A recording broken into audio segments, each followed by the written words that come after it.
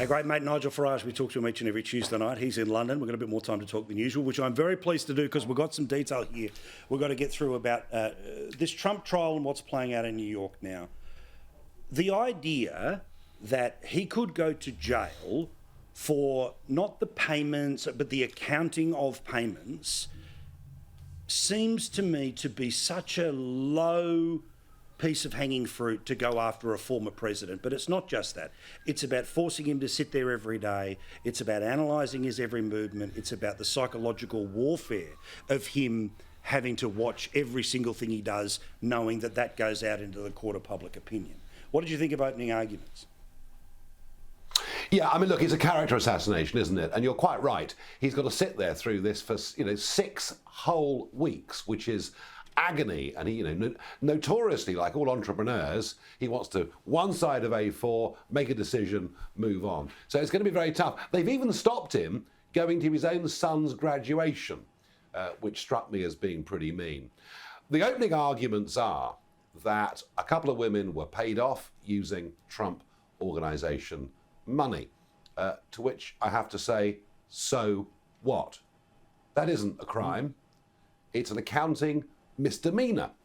So why is this in court? Well, the argument goes that the misdemeanor impacted upon the general election that took place in 2016, and therefore, if one act affects another, that then becomes a crime. I tell you what, Paul, it's a stretch. I mean, in terms of a legal argument, it is a real stretch. Now, clearly, he will be asked the question, did he know these payments were being made? Were they made on his behalf by an accountant? There is no way he goes to prison over this. No way whatsoever.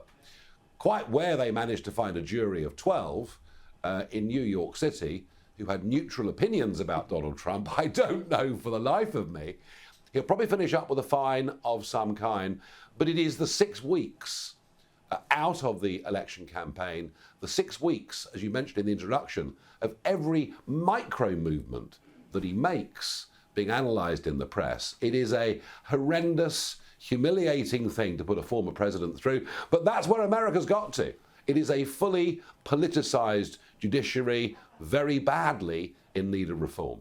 But also, I'm trying to think of, there are plenty of high-profile cases that come and go, right? But I'm really trying to think about the types of cases that normally result in this sort of absolute minutiae of the defendant and what they're doing. Now, of course, the defendant really doesn't play the role in the trial because unless they choose to take to the stand, it's all happening around them. And it's sort of, frankly, serial killer level stuff where they turn around as if this is, the person who's been hiding for 20 years and the trail of bodies that are, like that, but because that's the level of derangement that has built up around this bloke, right? Which is, it's one thing to say, okay, I disagree with his policies, I find his rhetoric, I don't like that, all of that stuff. But for these people, they have really built him up to a figure of that's so odious that you would cover it like it was a serial killer.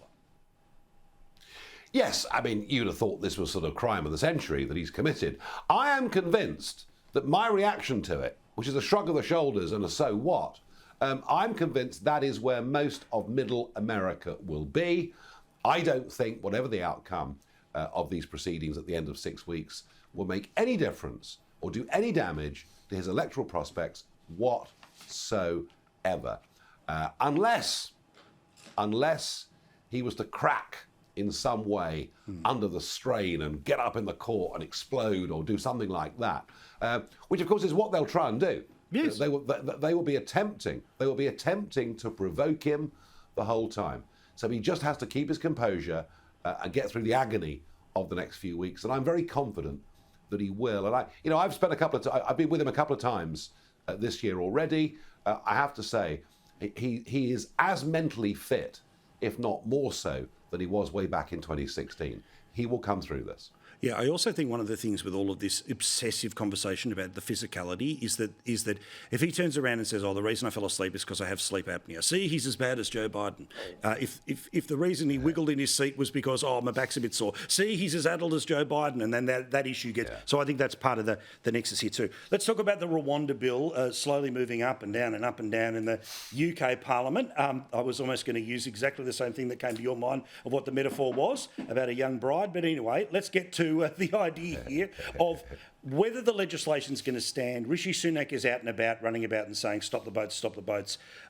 What happens in the end here? Meantime, 5 people have died trying to get into the country via the channel.